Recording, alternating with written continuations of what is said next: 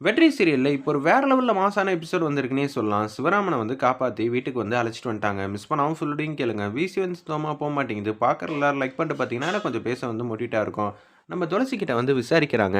"என்னடி அந்த வீட்ல இருக்கிற எல்லாரும் நல்லா இருக்காங்களா? உன்கிட்ட பேசுறாங்களா?" அப்படின்னு சொல்லும்போது, வெற்றி வந்து நல்ல விதமா எங்கள பார்த்துக்கிறாருன்னு தியா வந்து சொல்ல சொல்ல, துளசியோட ஃபேஸ வந்து பார்க்குறாங்க. கியூட்டா அழகா வந்து சிரிக்கிறாங்க. ஏன்னா ஜெகன் வீட்ல அவங்களுக்கு ஒரு பிரச்சனைன்னு வந்தப்ப முன்னாடி வந்து நின்னாங்கல்ல, இந்த விஷயத்த எல்லாத்தையும் வந்து சொல்லி முடிக்கிறாங்க. நம்ப லட்சுமி அம்மாட்ட, "சூப்பர்மா! ஓகே. எந்த பிரச்சனையும் இல்ல. நீ நல்ல விதமா வந்து இருந்துக்கம்மா" அப்படின்னு சொல்லி வெற்றி மேல இருக்கிற கோவம்லாம் நம்ம லட்சுமி அம்மாவுக்கும் கொஞ்சம் கொஞ்சமா வந்து குறையுது. துளசிய நல்ல விதமா பார்த்துக்கிட்டா அது போதாதாங்கிற மாரி ஹாப்பியா வந்து இருக்காங்க. சிவராமன்ட்ட வந்து கேட்குறாங்க, "பார்த்துக்கய்யா, உன்கிட்ட தான் வந்து கேட்குறாங்க. நீ என்ன விளக்கம் வந்து சொல்லப் போற?" "ஐயா, எனக்கும் இந்த விஷயத்துக்கு சம்மந்தமே இல்ல. அவங்க என்னோட ஆட்டோல ஏறுனாங்க. எல்லாம் உண்மதான். ஆனா அதுக்குன்னு நான் தான் காரணம்னு சொன்னா, எப்படிய்யா?" அப்படின்னு சொல்லும்போது, "அண்ணா, என் பொண்ணுக்கு கல்யாணம் வச்சிருக்கேன். தயவு செஞ்சு குடுத்துருங்கங்கிற மாரி கால்ல வந்து விழுகுறாங்க.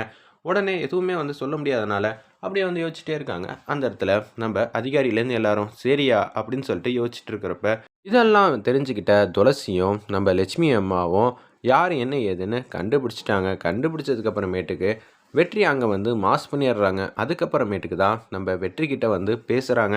"அம்மா, இனிமேட்டு நம்ம என்ன பண்ணுவோம் தெரியாம இருந்துச்சு. இவர் வந்து மாஸ் பண்ணிட்டார்ல" அப்படின்னு சொல்றாங்க. "ஏய், நீ உன்னோட ஃப்ரெண்டுக்கு தானே ஃபோன் அடிக்கிறேன்னு சொன்ன." "ஆமாங்க. நான் என்னோட ஃப்ரெண்டுக்கு தான் ஃபோன் அடிக்கிறேன்னு சொன்னேன். ஆனா என்ன பண்றது? என்னோட ஃப்ரெண்டே இவரா இருப்பாருன்னு நெனச்சு கூட பார்க்கல." அப்படின்னு சொன்னோனே, லட்சுமி அம்மா கியூட்டா அழகா வந்து சிரிக்கிறாங்க. இவங்க 2 பேருக்குள்ள ஆரம்பத்துலேருந்து ஒற்றுமை இருக்க தான் செய்யுது. நமக்கு தான் வந்து தெரியாம போயிடுச்சு அப்படின்னு சொல்லி யோசிச்சுட்ருக்காங்க. "என்னய்யா, உன் வீட்லேருந்து வந்து பார்த்தாங்க. இங்கேருந்து போனாங்க. அதுக்கப்புறம் எந்த விதமான தகவலும் வந்து சொல்ல மாட்டேங்கிறாங்க. கேட்டா நீ நல்லவன் நல்லவன் மட்டும் சொல்றாங்க.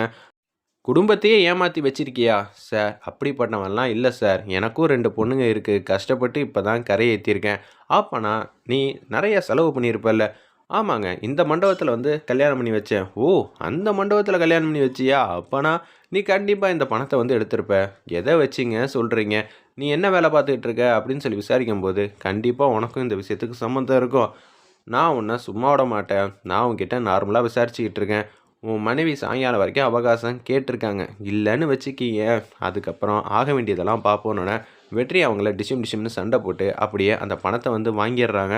"இப்ப நீங்களா இந்த பணத்த குடுத்துட்டீங்கன்னா, பிரச்சனை இருக்காது. நானா கேட்டேன்னா, வேற மாரி இருக்கும்." அப்படின்னு சொன்னோனே, டிஷும் டிஷும்னு அடிக்கிறாங்க. "அண்ணா, மன்னிச்சிருங்கண்ணா, இந்தாங்கண்ணா, முதல்ல வாங்கிக்கங்கண்ணா" அப்படின்னு சொல்லி வெற்றிக்கிட்ட பணத்த குடுக்குறாங்க.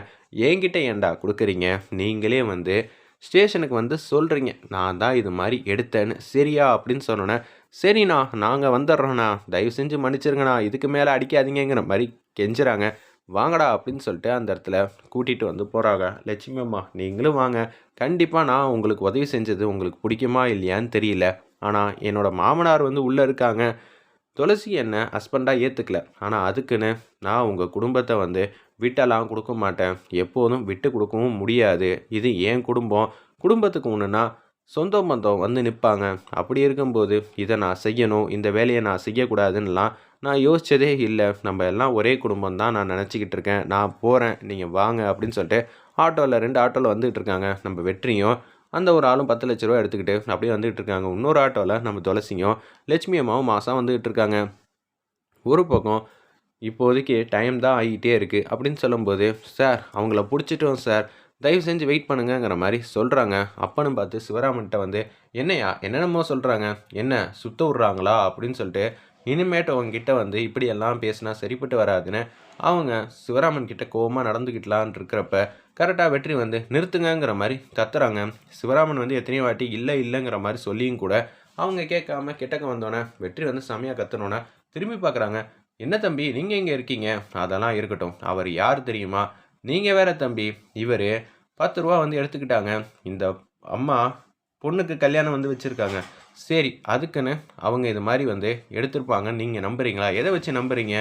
அப்படின்னு சொன்னோனே, "பொண்ணுக்கெல்லாம் நல்லா ஆடம்பரமா கல்யாணம் பண்ணியிருக்காங்க. அப்படி இருக்கும்போது, அவங்க வேற யாரும் இல்ல. என்னோட மாமனாரு." அப்படின்னு சொன்னோனே, "அச்சச்சோ! சாரி தம்பி. இது மாரி உங்களோட மாமனாருன்னு சொல்லியிருந்தா, ஈஸ்வரமூர்த்தியோட சம்மந்தியா இவரு?" அப்படின்னு சொன்னோனே, "அச்சச்சோ! தயவு செஞ்சு என் பணத்த வந்து வாங்கி குடுத்துருங்க. உங்களுக்கு புண்ணியமா போகுங்கிற" மாரி வெற்றிக்கிட்ட வந்து கேட்குறாங்க. உடனே அந்த இடத்துல வந்து நீங்கள் எதுக்கும் கவலைப்படாதீங்க. உண்மையிலேயே சிவராமன் தான் அந்த பணத்தை வந்து வச்சிருந்தாரு அவர் ஆட்டோவில். என்ன ஒன்று அவருக்கு தெரியவே தெரியாது அப்படின்னு சொல்லிட்டு இருக்கிறப்ப நம்ம லட்சுமி அம்மாவும் துளசியும் சிவராமன்கிட்ட வந்து பேசுகிறாங்க. இந்தாங்க உங்களோட பணம் அப்படின்னு சொல்லி இவர் தான் எடுத்திருக்காரு. சிவராமன் என்ன நடந்திருக்குன்னா, ஏய் நீயே சொல்ல போறியா இல்லை நான் சொல்லணுமானோன்னே, இது மாதிரி பை வந்து இருந்திருக்கு. சிவராமன் மட்டும் கேஷுவலாக யார்ட்டையோ பேசிகிட்டு இருந்தார். அப்பன்னு பார்த்தா நான் எடுத்துகிட்டு போனேங்கிற மாதிரி எல்லா விவகாரத்தையும் வந்து சொல்லி முடிக்கிறாங்க. பார்த்தீங்களா சார், ஒருத்தவங்க கிட்ட காசு பணம் இல்லைன்னா அவங்க உண்மையிலே நேர்மையாக இருந்தால் கூட அவங்கள தப்பானவங்க தான் எல்லாரும் வந்து யோசிக்க தோணும். தயவு செஞ்சு சொன்னா கேளுங்க சார். இதுவே நான் அந்த ஆட்டோவில் வந்திருந்தா என் மேலே சந்தேகப்பட்டு நீங்கள் கூட்டிகிட்டு வந்திருக்க மாட்டீங்களே. அது எப்படி தம்பி, உங்கள் மேலே நான் எப்படி சந்தேகப்பட முடியும்? தயவு செஞ்சு இந்த 2 கண்ணோட்டத்தையும் விடுங்க சார். முதல்ல சொல்கிறத கேளுங்க, அதுக்கப்புறமேட்டுக்கு அனலைஸ் பண்ணுங்க அப்படின்னு சொன்னோன்னே அந்த வீடியோ ஆதாரத்தையும் காட்டுறாங்க. பார்த்துக்கங்கம்மா, என் ஹஸ்பண்ட் என்றைக்குமே வந்து சுத்தமானவர். அவர் சொல்லில் கூட சுத்தமானவர் தான். யார் மனசையும் கஷ்டப்படுத்தாத அளவு தான் இருந்துப்பார். அப்புறம் எப்படிங்க உங்களுக்கு கொஞ்சம் கூட கோவமே வராமல் இருந்திருக்கீங்கன்னு சிவராமன்கிட்ட வந்து கேட்குறாங்க. உடனே சார் கோவப்பட்டு எந்த பிரயோஜனமும் இல்லை சார். என்னால் முடிஞ்சது அந்த அம்மாவோட கஷ்டத்தை பங்களிக்க தான் முடியும். என்கிட்ட பணம் இருந்திருந்தா கண்டிப்பாக நான் அவங்க இழந்திருந்தா கூட என் கையில் காசை போட்டாவது கொடுத்துருப்பேன்.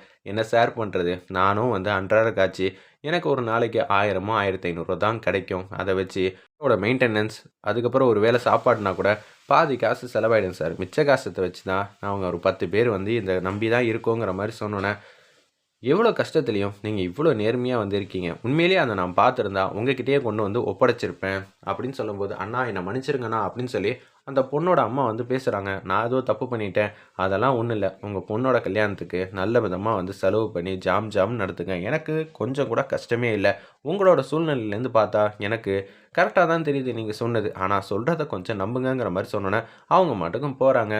வெற்றி மட்டும் இல்லைனா இந்த விஷயத்த கண்டே பிடிச்சிருக்க முடியாது அப்படின்னு அந்த இடத்துல வந்து நம்ம லட்சுமி அம்மாவும் துளசியும் வந்து பேசிகிட்டு இருக்காங்க. சரி, எப்படி இருந்தாலும் நீங்கள் என்னை திட்டுவீங்க. உங்களுக்கு பிடிக்காத ஆள் உங்கள் முன்னாடி வந்து நின்றுக்கிட்டே இருந்தால் உங்களுக்கு கோபமாக தான் இருக்கும். நான் போயிட்டு வரேன். ஏதாவது நான் ஃபோன் அடித்து சொல்லுங்கள் துளசி. எப்போதுமே நான் உங்கள் பக்கத்துலேயே இருக்கேன்னு நினச்சிக்கங்க. தைரியமாக இருங்க. இதுக்கு மேலே நான் உங்கள் முன்னாடி நின்று உங்களுக்கு நான் கஷ்டத்தை கொடுக்க விரும்பலை அப்படின்னு சொல்லிட்டு போகலான் இருக்கிறப்ப, மாப்பிள்ளை நான் உங்ககிட்ட பேசணும். மாமா, இதுவே எனக்கு தாமதமாக தெரிஞ்சிருச்சு. அதனால தான் இவ்வளோ தாமதமாகிடுச்சு. என்ன மன்னிச்சிருங்கன்னு சொல்கிறப்ப, என்ன யாருமே நம்ப மாட்டேன்ட்டாங்க. ஆனால் நீங்கள் உண்மையை சொன்னீங்க பார்த்தீங்களா? என்ன போல் வேறு யாரும் இங்கே வந்திருந்தா அவங்களுக்கு உங்கள மாரி ஒரு மாசான மாப்பிள்ளை இல்லாமல் இருந்திருந்தா எவ்வளோ கஷ்டமாக இருந்திருக்கும். அவங்களோட வலியும் வேதனையும் புரிஞ்சுக்கிட்டே நீங்கள் பேசுனீங்கல்ல, அது எனக்கு ரொம்ப சந்தோஷமாக இருக்குது அப்படின்னு சொல்லும்போது, லட்சுமி அம்மா வெற்றியோட குணத்தை கொஞ்சம் கொஞ்சமாக வந்து புரிஞ்சுக்கிறாங்க. அந்த இடத்துல ஒரு பக்கம், ஏண்டி மாப்பிள்ளைக்கிட்ட இவ்வளோ இறக்கமாக வந்து பேச வேண்டியதானே, ஏண்டி இப்போ கூட நீ பேசாமல் இருக்க அப்படின்னு சொன்னோன்னே, அத்தையை கம்பல் பண்ண வேணாம். நான் ஒரு விஷயம் உங்களுக்காக செஞ்சோன்னே நீங்கள் என்னை ஏற்றுக்கணும்லாம் அவசியம் இல்லை. அவங்க உண்மையிலேயே என்னை ஏற்றுக்கிறதுக்கான காலமும் நேரமும் வரும். அப்போ பார்த்துக்கலாம். நான் இப்போதைக்கு போகிறேன். ஜாக்கிரதையாக இருங்க. ஏதாவது ஒரு பேசஞ்சர் ஆட்டோ விட்டு வெளியில் வந்தாங்கன்னா, எதுவும் அவங்களோட பொருள் வண்டியில் இருக்கா இல்லையான்னு பார்த்துட்டு அதுக்கப்புறம் வண்டி எடுத்திங்கன்னா ரொம்ப நல்லா இருக்கும் மாமான்னு சொல்லிட்டு அப்படியே வெற்றி மாட்டுக்கும் போகிறாங்க.